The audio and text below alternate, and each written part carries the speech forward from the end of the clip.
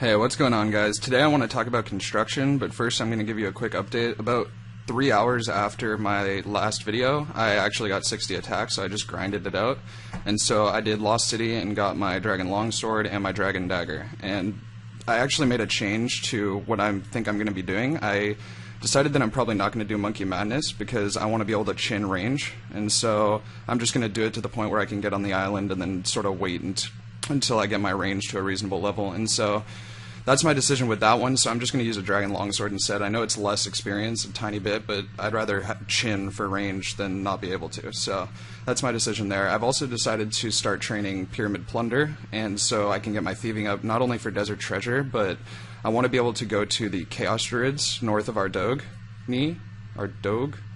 and be able to go there and just get unids while I train, because that's actually a pretty good place for Pures to train. Those don't hit you very hard. I also decided to start doing fletching as well, and with fletching I actually got about 100,000 gold for enough for my Dragon Longsword just from selling 600 willow longbows to vendors, to general stores. And all I did was I'd go to a really little known vendor, you know, I'd go to the ones in the desert, or, you know, there's one in Tyrus Camp, I think, and there's just general stores all over the place that people don't really go. And if you go there and just world hop and sell 20 at a time, you'll make huge amounts of money. So that's a pretty good money making guide. If you're just leveling your fletching and you have a bunch of bows, don't just sell those to the GE or drop them or you know, whatever. It's way more profitable to be able to go to the general store and just sell 20 at a time, because the general store buys for cheaper as he gets more in his stock. And so that's really that's how I made enough money for my Dragon Longsword. And so now let's start talking about construction. I recently, you know, if you've been on the high scores, there's about 5 people with construction on.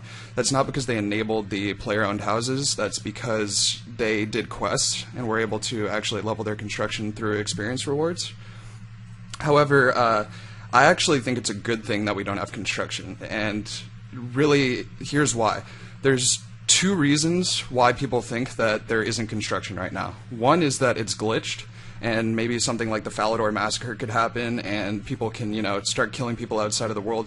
But the Falador Massacre and all that happened in 2006, and in the middle of 2006. I mean, Falador Massacre was literally on 666, and that's kind of the irony about it. But so that sort of stuff in their script should be fixed. There's not really a reason why that stuff should be broken. And for that reason, the other reason why there isn't construction could be because the skill is inherently a money sink. They made that skill late in the game. Remember, when the construction was released, there was tons of gold in the game. People had been playing for years. There was enough gold in the game to sustain a lot of people, and, you know, inflation was even starting to a small degree. And so construction was created brilliantly, I think, to money sink the game. There's no way to level construction for free. You know, every other skill you can do it for free. You can go grind your own.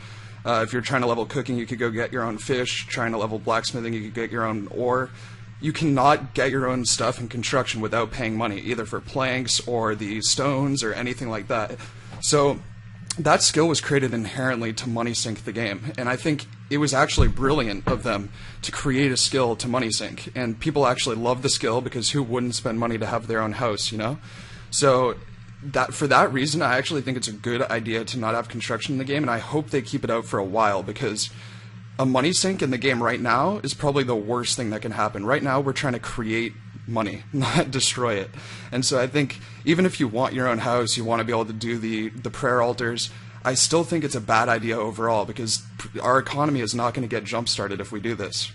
So I personally, from my opinion, do not think that we should have construction. But I want to know what you guys think. You know, maybe you really want that gilded altar, because I know I really do want it, but it's a hard choice. So let me know, and go ahead and subscribe if you like this video. I hope you enjoyed watching, and see you next time.